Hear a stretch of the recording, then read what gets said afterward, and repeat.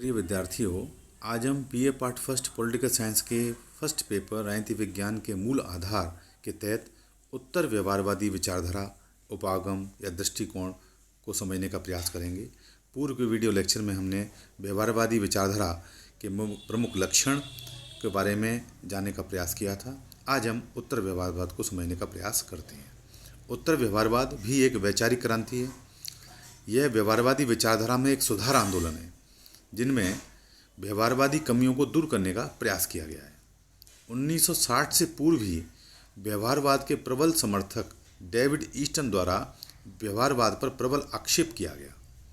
उत्तर व्यवहारवादियों का कहना था कि उस शोध की कोई उपयोगिता नहीं है जो समाज और राज्य की समस्याओं का निदान ना कर सके। आप समझ गए होंगे कि व्यवहारवादी विचारधारा का जो उद्भव हुआ था वो द्वितीय विश्व युद्ध के बाद हुआ, और वो इसलिए हुआ था कि द्वितीय विश्व युद्ध से पहले जो राजनीति विज्ञान की जो अध्ययन पद्धतियाँ थीं, जो अध्ययन का जो क्षेत्र था, उससे वो संतुष्ट नहीं थे, क्योंकि परंपरावादी राजनीति विज्ञानियों ने राजनीति विज्ञान के अध्ययन क्षेत्र में राज्य सरकार को माना विशेष रूप से, और राज्य सरकार के भी अनौपचारिक अध्ययन किए, जैसे कि उसमें संस्थाओं का अध्ययन, कानूनी अध्ययन, संरचनात्मक अध्ययन, जिसकी चर्चा पूर्व के वीडियो लेक्चर में हमने विस्तार से की हुई है।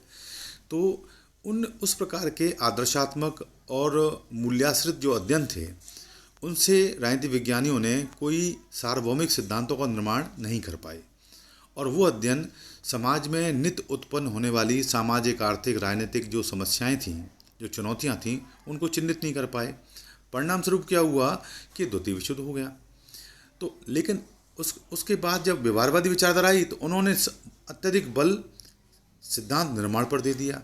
राजनीति विज्ञान को अधिक से अधिक विज्ञान सम्मत बनाने के जुनून उन पर सवार हुआ, और इसलिए उन्होंने नई नई तकनीकों का प्रयोग, अध्ययन तकनीकों, पद्धतियों का प्रयोग करना शुरू कर दिया। गणितीय पद्धति है, सांख्यिकीय पद्धति है, कंप्यूटर प्रणाली, इन सारी चीज़ों का इन्होंने प्रयोग करना प्रारंभ कर दिया, क्योंकि उनका उद्देश्य था कि अन्य सामाजिक विज्ञानों का प्रयोग करते हुए, नवीन पद्धतियों का प्रयोग करते हुए, तथ्यों के संकलन करके और लोगों के व्यवहार का तथ्यात्मक अध्ययन करके, मूल्य निरपेक्ष अध्ययन करके हम ऐसे सिद्धांतों का निर्माण करें जो सार्वभौमिक हों और जिससे हमारा विषय अधिक विज्ञान सम्मत हो जाए।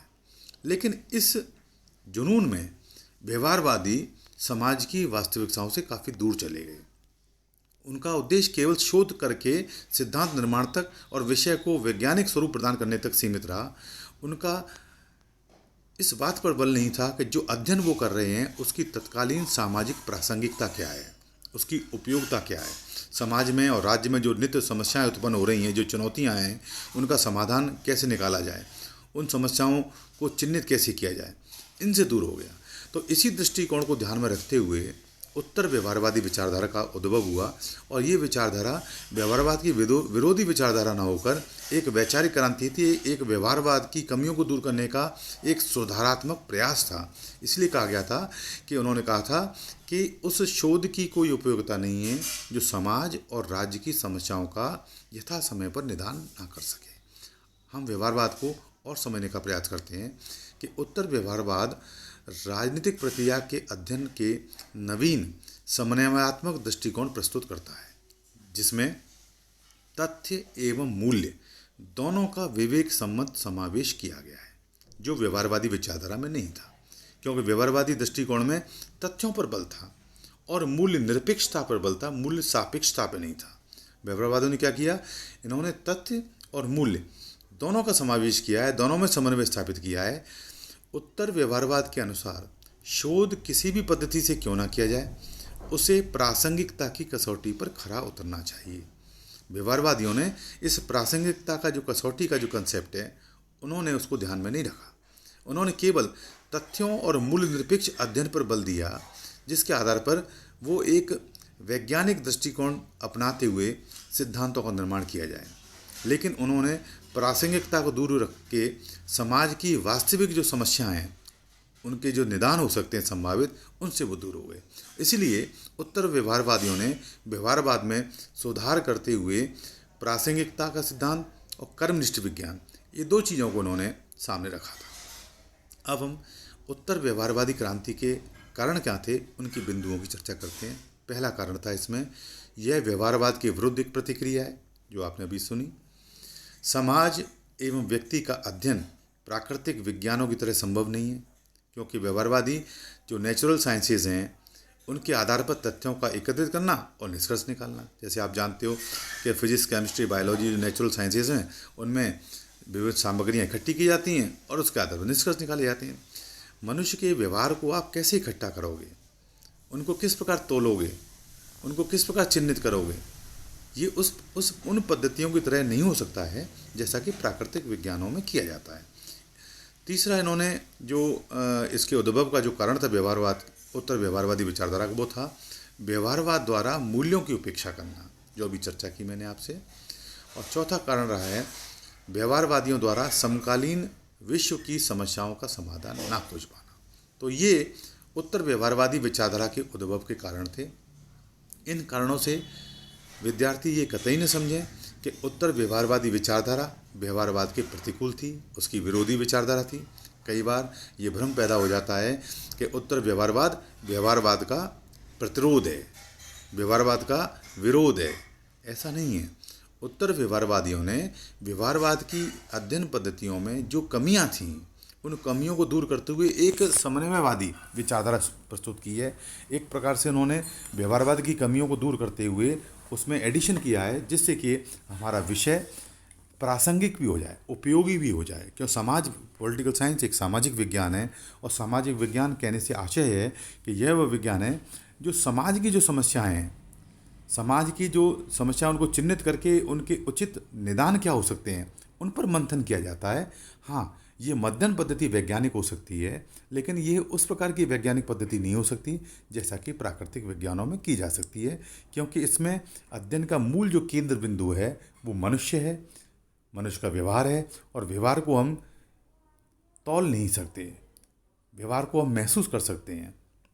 अर्थात उस व्यवहार को हम महसूस करके हम कुछ निष्कर्ष निकालें, लेकिन वो निष्कर्ष समाज उपयोगी होने चाहिए, प्रासंगिकता की कसौटी पर खड़े होने चाहिए। इसलिए व्यवहारवादी, उत्तर व्यवहारवादी उपागम एक प्रकार का व्यवहारवाद का सुधारवादी उपागम कह सकते हैं। कई बार कहा जाता है क्या उत्तर व्यवहारवाद परंपरावाद है, अर्थात अगर ये व्यवहारवाद का विरोध कर रहा है या उसमें सुधार लाना चाह रहा है तो क्या ये परंपरावाद की ओर लौटना है क्या? तो ये विषय भी स्पष्ट होना जरूरी है। उत्तर व्यवहारवाद तथा परंपरावाद दोनों ही व्यवहारवाद के कट्टर आलोचक होते हुए भी मूल रूप से एक दूसरे से भिन्न है। परंपरावादी व्यवहारवादी उपागम की सार्थकता को ही अस्वीकार करते हैं, जबकि उत्तर व्यवहारवादी व्यवहारवादी युग की उपलब्धियों को स्वीकार करते हैं। तो ये महत्वपूर्ण अंतर है। हम ये नहीं कह सकते कि उत्तर व्यवहारवादी परंपरावाद की ओर कदम है, ऐसा नहीं है। उत्तर व्यवहारवादियों का मूल उद्देश्य व्यवहारवाद की विचारधारा में जो कमियां थीं, जो समाज की समस्याओं को जो चिन्हित नहीं कर पा रहे थे, जो मूल्य सापेक्षता से वो दूर जा रहे थे, जो भावनाओं से दूर जा रहे थे, जो समाज की जो तत्कालीन समस्याओं को चिन्हित करना और उनका यथा समय पर निदान निकालना उस विषय से दूर हो रहे थे, उसको दूर करने का प्रयास किया है। अर्थात इन्होंने एक समन्वय करने का प्रयास किया है। एक सुधारात्मक आंदोलन है, एक प्रतिक्रियात्मक या विरोधी आंदोलन ना होकर के ये व्यवहारवाद में सुधार करते हुए तत्कालीन समाज की समस्याओं को और उसकी समस्याओं को पहचान के और उनका क्या निदान हो सकता है इस पर जोर दिया। इसलिए कहा गया है कि शोधकर्ता जो वैज्ञानिक है वो स्वयं समस्याओं के क्षेत्र में जाकर के, समाज में जाकर के उनको महसूस करे और महसूस करने के बाद फिर उसके निष्कर्ष निकाले। तब जो सिद्धांतों का निर्माण होगा, जो अध्ययन सामने आएगा वो अधिक सारगर्भित होगा। ये हो गया व्यवहारवादी विचारधारा परंपरावाद ना होकर के उसका सुधारात्मक विचारधारा है। अब उत्तर व्यवहारवाद के आधारभूत लक्षण क्या हैं, इनको भी हम जानने का प्रयास करते हैं। डेविड ईस्टन ने उत्तर व्यवहारवाद की 7 विशेषताएं बताई हैं। जिस प्रकार डेविड ईस्टन ने व्यवहारवाद की 8 आदर्शलाएँ बताई थी, उसी तरह से डेविड ईस्टन ने उत्तर व्यवहारवाद की 7 विशेषताएं बताई हैं।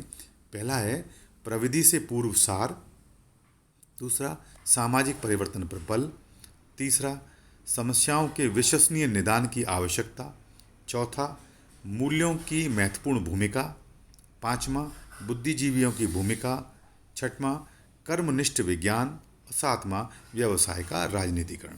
अर्थात इन 7 बिंदुओं के आधार पर हम उत्तर व्यवहारवाद को, उनकी विशेषताओं की व्याख्या कर सकते हैं। मूल निष्कर्ष इसमें यही है कि उत्तर व्यवहारवाद व्यवहारवादी अध्ययन पद्धतियों सब चीज़ को स्वीकार करते हुए भी उसमें ये एडिशन करते हैं कि अध्ययन मूल्यों से निरपेक्ष नहीं होना चाहिए। शोधकर्ता स्वयं क्षेत्र में जाकर के शोध क्षेत्र में जाकर के स्वयं तथ्यों को एकत्रित करे, उनको महसूस करे, उसके बाद निश्चित तौर पर वो किसी सार्थक समाधान पर पहुंचेगा। इसलिए कहा गया था कि विषय को तथ्य पूर्ण विज्ञान न बनाने करके इसको कर्मनिष्ठ अर्थात स्वयं शोधकर्ता स्वयं कर्म करे, स्वयं क्षेत्र में जाए, समस्याओं को देखे, महसूस करे और तब उन तथ्यों के आधार पर वैज्ञानिक पद्धतियों का प्रयोग करके एक समग्रता को ध्यान में रखते हुए एक ऐसा निष्कर्ष निकाला जाए जो समस्याओं का समाधान कर सके। अब व्यवहारवाद बनाम उत्तर व्यवहारवाद एक तुलनात्मक अध्ययन करने का प्रयास करते हैं। व्यवहारवादी तकनीकों को तथ्यों से ज़्यादा महत्वपूर्ण मानते हैं, जबकि उत्तर व्यवहारवादी यह मानते हैं कि तथ्य और तकनीक दोनों का साथ साथ उचित समन्वय किया जाना चाहिए। व्यवहारवादी मूल्य निरपेक्ष शोध के समर्थक हैं, जबकि उत्तर व्यवहारवादी मूल्यों की निर्णायक भूमिका को स्वीकार करते हैं। संक्षेप में हम कह सकते हैं कि उत्तर व्यवहारवाद की कमियों को दूर करने का एक प्रयास है।